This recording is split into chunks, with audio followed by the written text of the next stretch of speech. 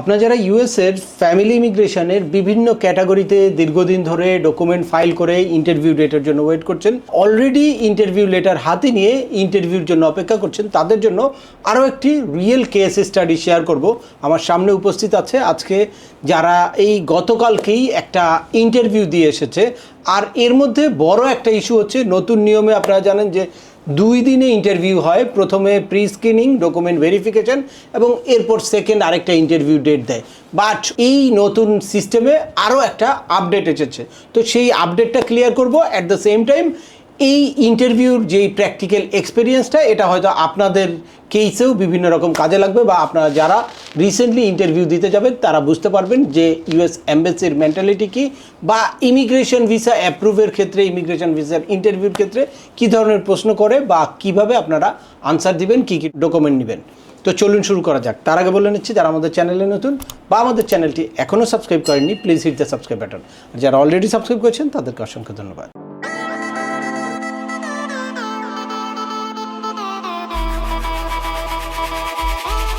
Welcome back. আপনাদের সাথে আছি আমি সিএম আমিনুল বাহার। আজকে কোনো কথা না বাড়িয়ে সরাসরি ইন্টারভিউ রিয়েল কেস স্টাডিটা শেয়ার করবে তাদের কাছে নিয়ে যাব। সরাসরি প্রশ্নোত্তর পর্ব, বা কি ঘটেছিল সেটা শুনবো। আর আপনারা যারা রেগুলার আমাদেরকে ফলো করেন তারা জানেন যে আমাদের এই চ্যানেলে ইউএসের একদম ফ্যামিলি ইমিগ্রেশনের I-130 পিটিশন ফাইল করা থেকে শুরু করে ইন্টারভিউ প্রিপারেশন পর্যন্ত হিউজ ইনফরমেটিভ ভিডিও আছে।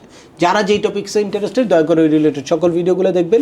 এরপর ছোটোখাটো প্রশ্ন থাকলে ভিডিওর নিচে কমেন্টস করবেন। আর তারপরেও একান্ত কোনো ব্যক্তিগত পরামর্শ বা আমাদের কোনো সার্ভিস নিতে চাইলে ডিসক্রিপশানে থাকা হোয়াটসঅ্যাপ নম্বরে অ্যাপয়েন্টমেন্ট বুক করে সরাসরি যোগাযোগ করতে পারেন। অ্যাট দ্য সেম টাইম আমাদেরকে ইমেল করতে পারেন এবং আমাদের ইউটিউব, ফেসবুক ও ওয়েবসাইটগুলো ফলো করে সবসময় আমাদের সাথে যুক্ত থাকতে পারেন। জি, আসসালামু আলাইকুম। ভালো আছেন আপনি? হ্যাঁ, আপনি তো গতকালকেই ইন্টারভিউ দিলেন, তো একটু আপনার এই ইন্টারভিউর এক্সপেরিয়েন্সটা একটু শেয়ার করবেন। অনেকেই আসলে বিভিন্ন কনফিউশনে আছে যে নতুন নিয়মে কিভাবে ইন্টারভিউ নেয়। এই যে আপনাদের যেই প্রথম প্রি স্ক্রিনিং অ্যাপয়েন্টমেন্টটা দিয়েছে, তো এই প্রি স্ক্রিনিং অ্যাপয়েন্টমেন্ট নিয়ে অনেকের ভিতরেই একটা ভীতি কাজ করে যে কি করে এই প্রি স্ক্রিনিং অ্যাপয়েন্টমেন্টে, এইটাই কি ইন্টারভিউ কিনা, বা পরবর্তীতে আবার কতদিন পরে ইন্টারভিউর ডেট দেয়, এটা নিয়ে কিন্তু অনেকের শঙ্কা আছে। প্রি স্ক্রিনিং পেপারটা আসার পরে আমরা কনফিউশন ছিলাম যে এটা কি কিনা, ইন্টারভিউ কিনা, লেটার কিনা।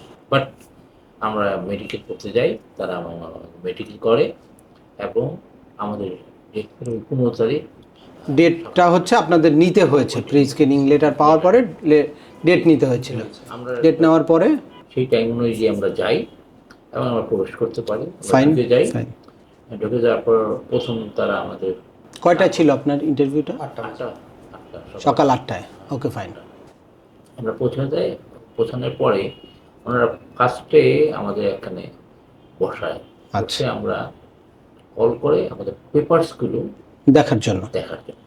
ওনার কাউন্টার নম্বর 2, আচ্ছা আচ্ছা, ওখান থেকে ডাকে কাউন্টার নম্বর 2। আমরা যাই সেখানে ওনারা আমার আপনার বার্থ সার্টিফিকেট, পুলিশ ক্লিয়ারেন্স, তারপরে ম্যারেজ সার্টিফিকেট, তারপরে পাসপোর্ট, আচ্ছা, অরিজিনাল সেগুলো ওনারা সব জমা নেয়। যেমন আপনার একটা টোকন দেয়, তারপর আমাদের বসতে বলে। আমরা টোকন বসে আমরা থাকি বেশ কিছুক্ষণ, ঘন্টা বা আধ ঘন্টা হইতে পারে। আচ্ছা, হাফ অ্যান আওয়ার পরে আমাদের বলে আপনাদের হিসাব, মানে আমাদের ইন্টারভিউ হবে ইন্টারভিউ আজকেই আপনাদের। ফাইন, দ্যাটস মিন এই টাইমে আপনার এই যে প্রি স্ক্রিনিংটা এই টাইমের মধ্যে হয়ে গেছে। আপনি যে এই যে ওয়েট করেছেন যে 1 ঘন্টা, এর মধ্যেই প্রি স্ক্রিনিংটা হয়ে গেছে। ওকে, ফাইন। আমার বললাম ইন্টারভিউ, বললো যে আজকেই আপনার ইন্টারভিউ। এখনই হবে। তাহলে আর 2 দিনে লাগছে না, মানে একদিনেই যেই জিনিসটা নিয়েই এই যে এত সমালোচনা যে 2 দিনে ইন্টারভিউ হলে আবার এরপরে আরেক দিন আবার এসে ইন্টারভিউ দেওয়া অনেকের জন্য টাফ হয়ে যায়, স্পেশালি যারা ঢাকার বাইরে থেকে বিভিন্ন জায়গা থেকে আসে। তো অনেকেই মানে অরিড থাকে যে 2 দিন যেতে হবে, এটা একটা ঝামেলা। তো যাই হোক, আজকেই আপনাকে ইন্টারভিউর জন্য। এরপর কয় নাম্বার কাউন্টারে? 6 নম্বর। Fine, 6 number counter.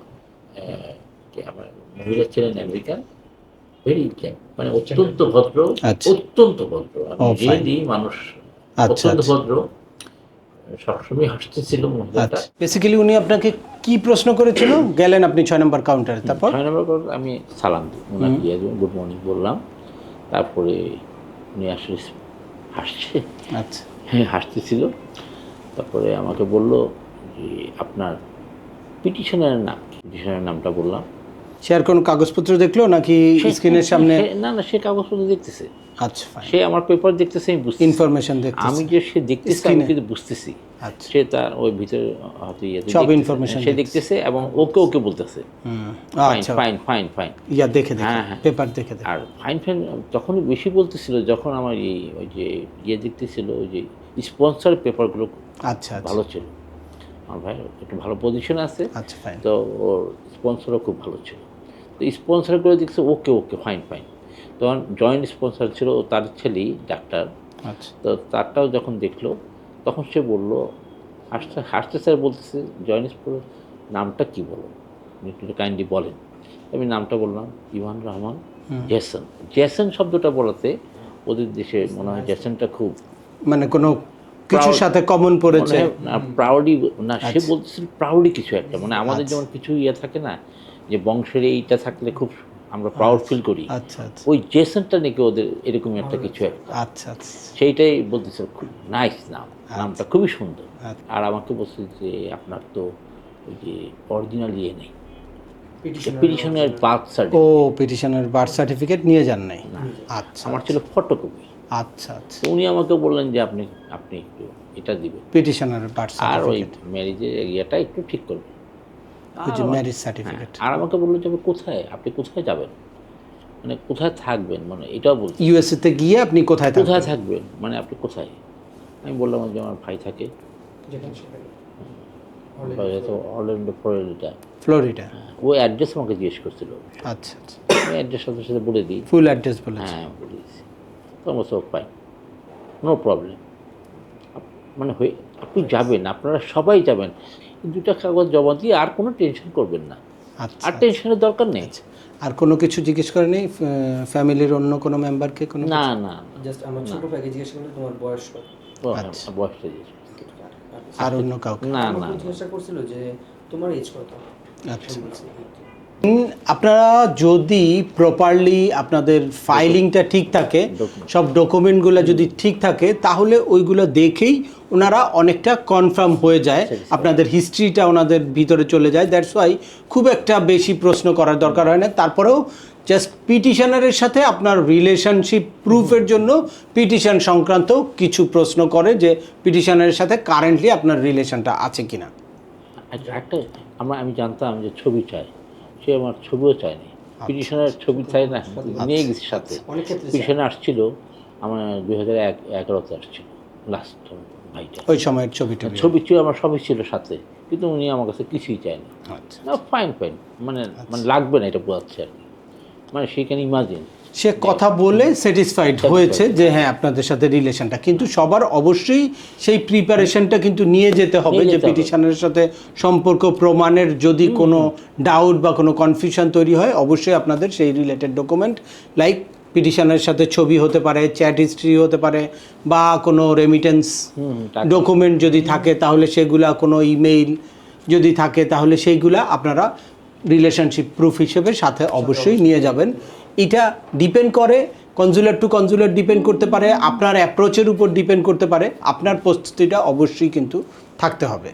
এখানে একটা ব্যাপার আছে, আমরা তো বসেছিলাম, তো আমরা দেখতেছিলাম, কিন্তু ছবি চাই অনেকের আমরা দেখতেছি তো। কারণ একজনের এক্সাম্পল দেখে তারপরে যদি সবাই মনে করে যে না এটা লাগবে না, এটা হয়তো আপনার সাথে কথা বলে সে স্যাটিসফাইড হয়েছে, দ্যাটস ওয়াই সে আপনাকে আর ফার্দার কোনো কিছু দেখতে চায়নি। অনেকের ক্ষেত্রেই ওটা দেখতে চায়। আমি দেখতেছিলাম তো, আচ্ছা যে অনেকেই চাচ্ছে ছবি দাও আপনার ডকুমেন্ট, তার মানে ছবি চাচ্ছে, আবার অনেকে টাকা, মানে ওখান থেকে টাকাগুলো রেমিটেন্সের ডকুমেন্ট দেখতে চাচ্ছে, দেখতেছে। তারাই কেউই করে যদি তাদের একটু, মানে তারা শিওর হতে চায় আর কি, একটু শিওর হতে চায়। আসলে অ্যাপ্রোচ এবং ইয়েটা যদি ঠিক রাখা যায়, প্লাস ডকুমেন্টসগুলো ঠিক রাখা যায়, আমার মনে হয় খুব খুব সহজভাবেই পার পাওয়া যায় আসলে। আর একটা জিনিস আমি বুঝলাম, আমার তো ফার্স্ট টাইম বুঝলাম, যদি আপনার নার্ভাস হওয়াটা ঠিক না, কনফিউশন। হ্যাঁ, কারণ আপনি যদি নার্ভাস হয়ে যান তখন কিন্তু কনফিউজড হয়ে যায়, বলবেন তো, হ্যাঁ উল্টাপাল্টা করবেন, আর আপনার অ্যাপ্রোচ দেখে সে কনফিউজড হয়ে যেতে পারে। তো সবচেয়ে আতঙ্কের যেই বিষয়টা এই ইমিগ্রেশন কেসের ক্ষেত্রে, রিফিউজ কিন্তু হয় না। রিফিউজ পার্টিকুলারলি কোনো একটা ডকুমেন্ট দরকার সেজন্য রিফিউজ হতে পারে, বা এখন তো আসলে গণহারে সবাই রিফিউজ হচ্ছে, শুধুমাত্র ওই যে 75 কান্ট্রির ভিসা পাওয়া যাচ্ছে ওই ইস্যুতে। বাট সবচেয়ে আতঙ্কের যেই বিষয়টা সেটা হচ্ছে অ্যাডমিনিস্ট্রেটিভ প্রসেসিং। অ্যাডমিনিস্ট্রেটিভ প্রসেসিংয়ে কাউকে যদি দেয় তাহলে অনেক ক্ষেত্রে 2 বছর 3 বছর 4 বছর অপেক্ষা করতে হতে পারে। সেই জন্য আর এই অ্যাডমিনিস্ট্রেটিভ প্রসেসিংটা হয় হচ্ছে শুধুমাত্র যদি কোনো কনফিউশন অ্যারাইজ করে, যদি কোনো ডাউটের জায়গা তৈরি হয়।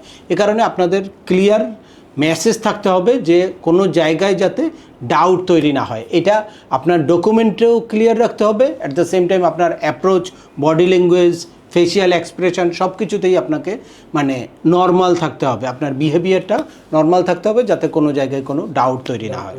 শিওর। এর বাইরে আমরা লাস্ট ফাইনালি ওনার কাছে জানবো যে ওনার কেসের হিস্ট্রিটা বা এই জার্নিটা, যে কবে আপনার প্রায়োরিটি ডেট ছিল? 30 সেপ্টেম্বর 2005। হ্যাঁ, এরপর আপনার ডকুমেন্ট কোয়ালিফাই কবে হয়েছিল? তো আপনার এই হিস্ট্রি শুনে আসলে অনেকে কনফিউজড হতে পারে যে 2005-এর কেস, যেহেতু এখন 2007-এর কেস চলছে, বা ডকুমেন্টারিলি কোয়ালিফাইড যারা 2022-এর মার্চ পর্যন্ত হয়েছে তারা কিন্তু এখন ইন্টারভিউ ডেট পাচ্ছে। বাট আপনার কিন্তু ডকুমেন্ট কোয়ালিফাই হয়েছে 2025-এ, শুধুমাত্র আপনার মেয়ের ওই এইজ আউটের কারণে আপনার কেসটা এক্সপার্ডাইট হয়ে তারপর রাইট এই প্রি স্ক্রিনিং লেটারটা ইস্যু হয়েছে। তো আপনারা যারা আসলে ইন্টারভিউর জন্য ওয়েট করছেন তাদের আইডিয়াল একটা ক্যালকুলেশন হচ্ছে ডকুমেন্ট কোয়ালিফাইড ডেট অনুযায়ী কিন্তু ইন্টারভিউ ডেট দেয়। এজন্য যখন আপনাদের ডকুমেন্ট ফাইলিং ডেটটা কারেন্ট হয় তখন দ্রুত আপনাদের ডকুমেন্ট সাবমিট করে ডকুমেন্ট কোয়ালিফাই হয়ে থাকতে হবে। তো এখন 2022-এর মার্চ পর্যন্ত যারা ডকুমেন্ট কোয়ালিফাই হয়েছে তাদের ইন্টারভিউ ডেট দিচ্ছে বা এই প্রি স্ক্রিনিং লেটার পেতে পারেন।